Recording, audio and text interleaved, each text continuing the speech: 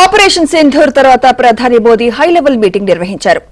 Indian army దాడి గురించి మంత్రులకు వివరించగా కేంద్ర హోంమంత్రి అమిత్ షా నేపాల్, పాకిస్తాన్, బంగ్లాదేశ్ సరిహద్దు రాష్ట్రాల సీఎంలతో సమావేశం నిర్వహించారు.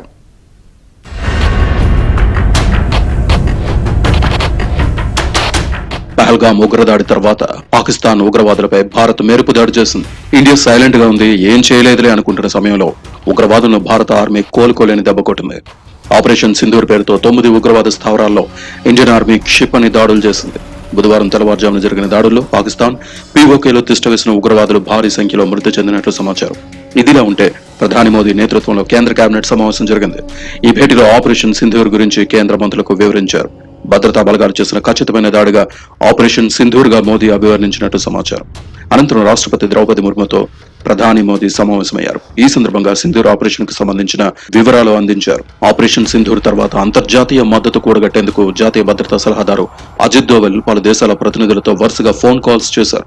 పహల్గామ్ ఉగ్రదాడి అనంతరం పాకిస్తాన్ పై తీసుకున్న చర్యలు, ఆపరేషన్ నిర్వహించడానికి గల కారణాలను అజిత్ దోవల్ ప్రపంచ దేశాలకు వివరించారు. పాక్ పౌరులు ఆర్థిక వనరులపై దాడి చేయలేదని, కేవలం ఉగ్రవాద సంస్థలపై దాడులు నిర్వహించామన్నారు.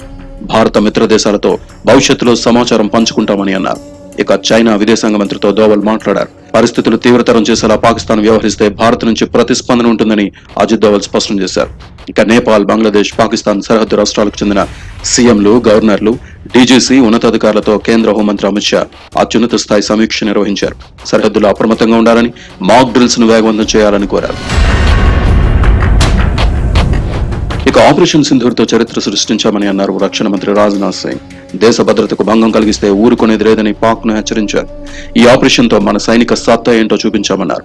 ఉగ్రవాద నిర్మూలనకు పాకిస్తాన్ కు క్లియర్ కట్ గా మెసేజ్ ఇచ్చినట్లు రాజ్నాథ్ స్పష్టంగా తెలిపారు. भारत ने अपनी सरजमी पर हुए हमले का जवाब देने के लिए अपने राइट टू रेस्पॉन्ड का इस्तेमाल किया है और हमारी यह कार्रवाई बेहद सोच समझकर सधे हुए तरीके से की गई है. आतंकियों के हौसले पस्त करने के उद्देश्य से यह कार्रवाई महज उनके कैंप्स और इंफ्रास्ट्रक्चर तक ही सीमित रखी गई है. मैं पुनः हमारे आर्म फोर्सेस के शौर्य को मैं नमन करता हूं. ఇదిలా ఉంటే భారత ఆర్మీ చేపట్టిన ఆపరేషన్ సింధూర్ పై కాంగ్రెస్ పార్టీ వర్కింగ్ కమిటీ సమావేశం నిర్వహించారు. ఈ కార్యక్రమానికి రాహుల్ గాంధీ, మల్లికార్జున్ ఖర్గేతో పాటు పలువురు కీలక నేతలు హాజరయ్యారు. ఆపరేషన్ సింధూర్ ను సిడబ్ల్యూసీ స్వాగతించింది. ఉగ్రవాద స్థావరాలపై భారత సాయుధ దళాలు చేసిన దాడిని తాము గర్విస్తున్నామని రాహుల్ గాంధీ తెలిపారు. దేశ ఐక్యత, సమగ్రతను కాపాడడానికి అన్ని స్థాయిల్లో ఐక్యంగా ఉండాలని రాహుల్ పిలుపునిచ్చారు. वर्किंग कमेटी में हमारा डिस्कशन हुआ.